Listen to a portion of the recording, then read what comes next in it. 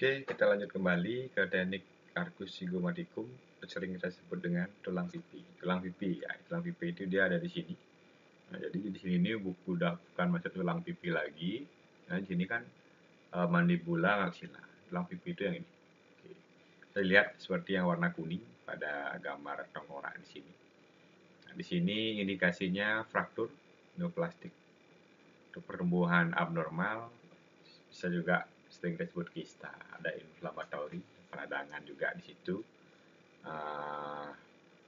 Kaset yang digunakan dia 18 kali 24. Nah, kemudian tidak ada persiapan khusus pada pemeriksaan zygomaticum di sini, ada zygoma di sini. Pasien melepaskan beberapa logam pada bagian kepala. Ini persiapan alat dan bahan sama pada pemeriksaan sebelumnya yang lain-lainnya. Nah, di sini teknik radiografi yang akan kita sering gunakan pada pemeriksaan zygomaticum di sini atau tulang pipi. Oke, di sini saya bahas pertama, proyeksi yang pertama di sini adalah submento vertex atau SFV. Ini sudah sering kita terapkan ketika praktek, biasanya sudah sering saya jelaskan pada pemeriksaan sebelumnya, pemeriksaan kepala dan lain sebagainya. Submento vertex. Oke. Ini mendengar kata submento kan dongak dia. Dagunya hiperekstensi. Oke. Ekstensi, arah sinarnya dia dari sini menuju kasetnya di sini. Ada vertex, submento vertex. Posisi pasiennya erect atau supine. Posisi objek dia IOML sejajar dengan IR.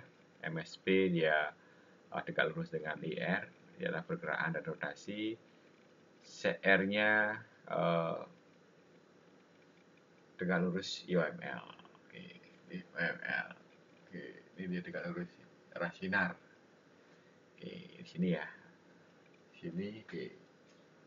CP-nya di 4 cm inferior simentil setinggi MAE. 4 cm inferior ke bawah simentil. Nah, dia tegak lurus dengan IOML. IOML. Oke.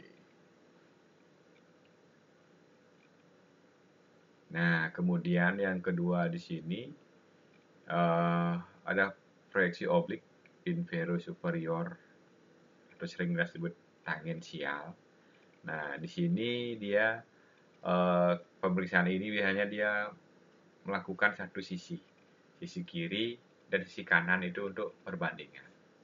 Nah, selalu dibuat kedua sisi, namun setiap sisinya dibuat. Oke, untuk perbandingan. Posisi pasiennya erect dan supine ini hampir sama dengan submento vertex, inferior superior ya, bawah ke atas. Jadi pasiennya juga sama posisinya, dagu hiperekstensi, Kemudian di sini yang membedakan ada unsur obliknya, dimiringkannya. IOML sejajar atau paralel dengan kaset, rotasikan kepala 15 derajat. Oke, misalnya yang diperiksa kanan, maka maka rotasikan kepalanya ke kanan. Gini, rotasikan ke kanan 15 derajat. Oke. Gitu ya. Central ray-nya tegak lurus IR dan IOML. Ad zygomaticum. CP-nya di ad zygomaticum. Oke, sini ya. Oke. Kiri juga sama, tinggal sini. Dia kondisi lurus, nah, kasetnya di sini. Arah sinarnya dari sini, dari bawah, inferior superior. Saya ingin periksa yang kanan. Nah, ini kanan saya di sini. Oke, saya rotasikan kepala 15 derajat. 15 derajat.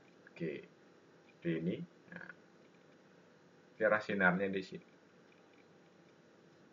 Tegak lurus dengan IR dan IOML. Oke, IOML, infraorbital metal line. Oke, di sini.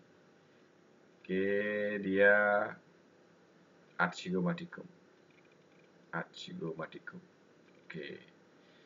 Tapi posisinya di sini dia bukan gini, dia pasiennya dongak, dagunya diangkat seperti submento vertex. Oke, di sini rotasikan kepala ke kanan, kalau yang diperiksa ke kanan. Kalau periksa yang ke kiri, rotasikan kepala ke kiri. Adsigomatikum, CP-nya. Nah, kurang lebih seperti itu yang dapat saya jelaskan.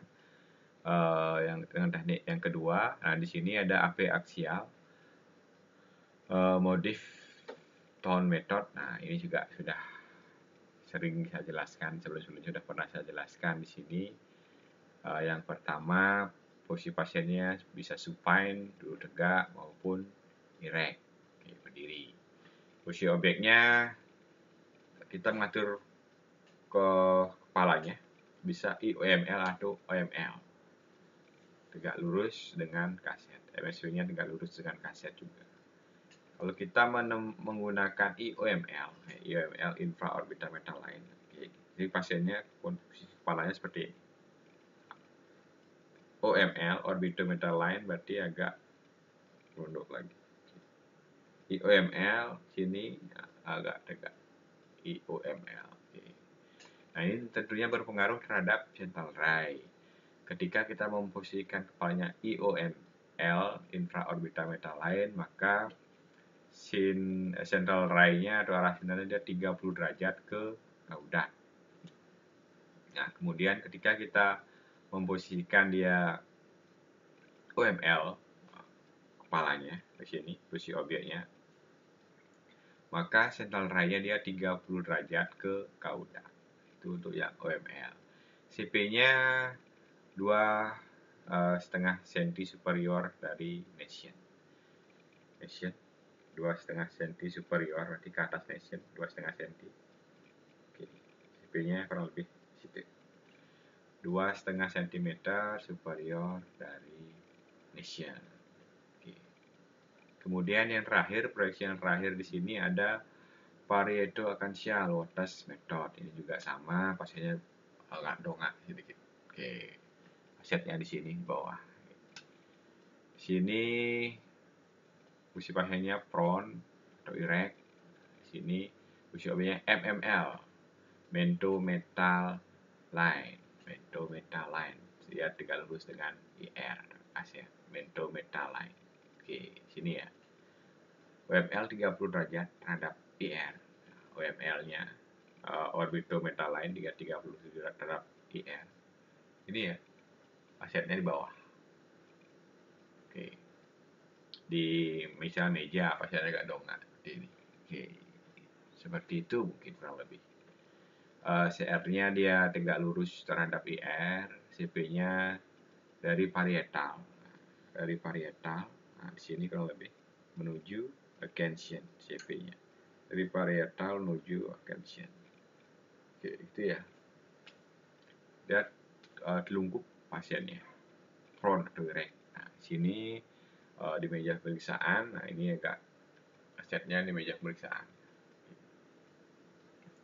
Bisa dilihat-lihat kembali di PowerPoint yang saya sudah bagikan. Di situ ada lengkap dengan berserta gambar-gambarnya, contoh-contohnya, termasuk kriteria radiografinya yang tampak itu apa saja. Di sini saya bahas sekilas saja sepintas secara garis besarnya, bagaimana teknik pemeriksaannya. Itu. Oke, terima kasih. Kita lanjut lagi ke teknik selanjutnya, TR radiografi nasal. Oke, kita lanjutkan ke teknik radiografi nasal di sini. Secara anatomi dapat dilihat pada gambar di sini. Nah, ini nasal bone, tulang nasal tuh. Jadi ada khusus teknik pemeriksaan radiografi nasal bone di sini. Oke. Kemudian ini lakrima. Dari sisi lateral terlihat seperti ini. Nah, ini dari sisi AP atau anterior, sisi depan. Ini nasalnya terlihat kanan dan kiri. Oke. Ini ya, kanan dan kiri. Oke, kita langsung masuk ke indikasi untuk nasal sendiri. Jadi indikasinya ada fraktur dan trauma. Bisa kena benturan keras, ya, kena tinju, kena pukul, trauma di situ. Kaset yang menggunakan cukup 18x24 karena objeknya juga sangat kecil, tentunya polimasilnya menyesuaikan. Karena objeknya kecil di sini. Oke. Seluas nasal aja. Gak usah full besar itu. Radiasi yang diterima pasiennya besar. Kita persiapan khusus yang melepas logam. Persiapan alat dan bahan juga hampir sama dengan pemeriksaan yang lainnya. Oke, ini ada 3 proyeksi di sini. Sebelum kita masuk ke proyeksi, saya jelaskan manfaat dari masing-masing pemeriksaan di sini. Yang pertama adalah proyeksi lateral. Lateral ini bagus untuk melihat nasal dan nasofaring. Ini yang terlihat. Ketika pasien diposisikan lateral, maka untuk melihat nasal dan nasofaring ini dapat terlihat dengan baik.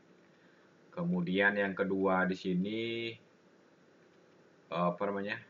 Waters method, Parieto-Acanthial projection Waters method. Ini dia bagus untuk melihat bone septum dan nasal. Dia terlihat dengan jelas. Bone septum nasal. Untuk yang proyeksi Parieto-Acanthial projection atau Waters metode, saya tekankan kembali di sini bagus untuk melihat bone septum nasal. Dia terlihat jelas. Kemudian yang ketiga, superior inferior tangential axial. Di sini dia bagus untuk melihat fraktur nasal bone. Medial lateral displacement. Oke, itu ya. Yang aksial, super inferior tangential, dia bagus untuk melihat fraktur nasal. Yang Waters method, dia bagus untuk melihat bone septum nasal. Kemudian lateral, dia memperlihatkan nasal dan nasofaring. Itu tergantung permintaan dari dokternya, ingin melihat fokusnya kemana.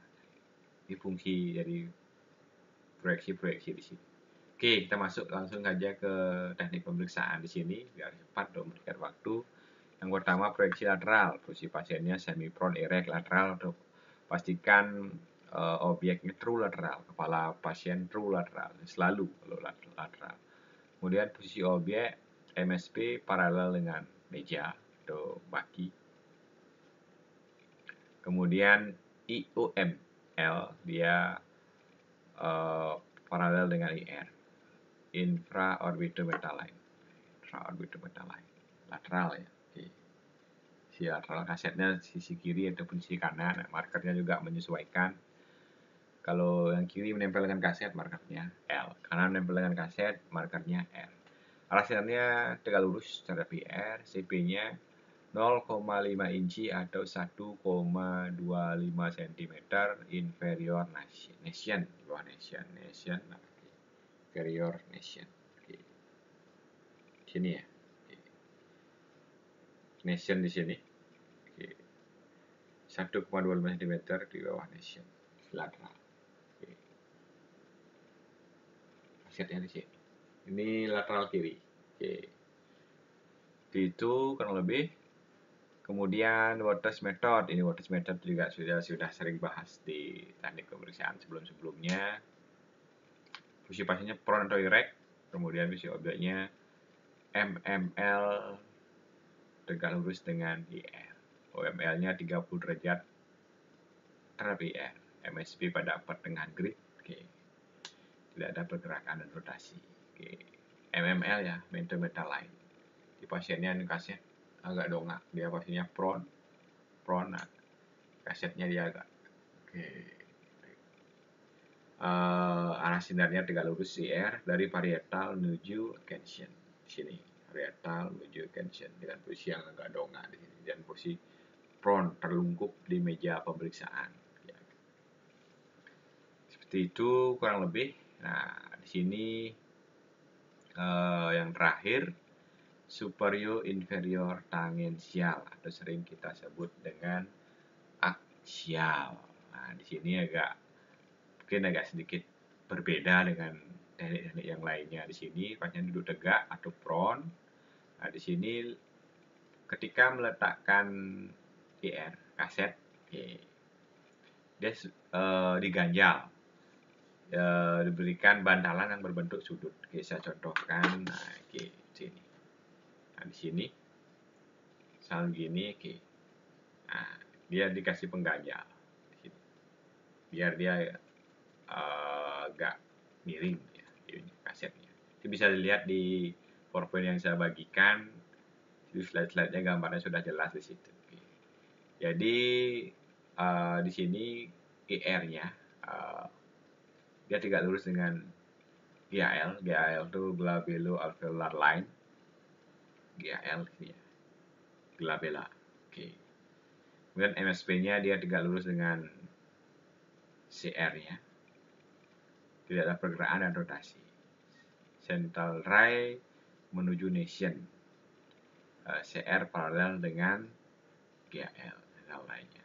CP-nya pertengahan nasal. Oke, contohkan begini biar nggak bingung. Nah, misalnya ini kaset di sini. Oke, gini. Nah, di sini arah sinyal dari atas dia menuju nation. Oke, di sini CR-nya dia akan lebih gini. Untuk pasien yang duduk tegak atau prone. Oke, pertengahan nasal. Nah, kemudian ada teknik khusus, dia menggunakan film yang kecil, semacam film dental terbuat dari kertas. Nah, di PowerPoint sudah terdapat gambar itu, dia menggigit film yang kecil tersebut. Nah, ini hasilnya supine, tidur terlentang. Akhirnya dia dari tegak lurus horizontal, pasien supine. Nah,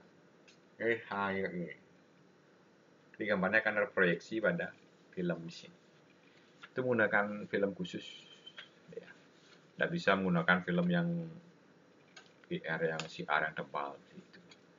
Nah, demikian penjelasan dari saya. Untuk lebih jelasnya di PowerPoint yang saya bagikan sudah lengkap di situ, dapat dilihat gambar secara detail di mana proyeksinya. Nah, kemudian juga kriteria radiograf yang tampak apa saja sudah dapat kita pelajari dengan jelas di sana. Di sini saya cuma jelaskan secara umum tentang teknik proyeksi-proyeksi di sini. Sekian, nanti jika ada pertanyaan kita lanjutkan bahas di diskusi, di forum diskusi. Terima kasih. Salam radiasi.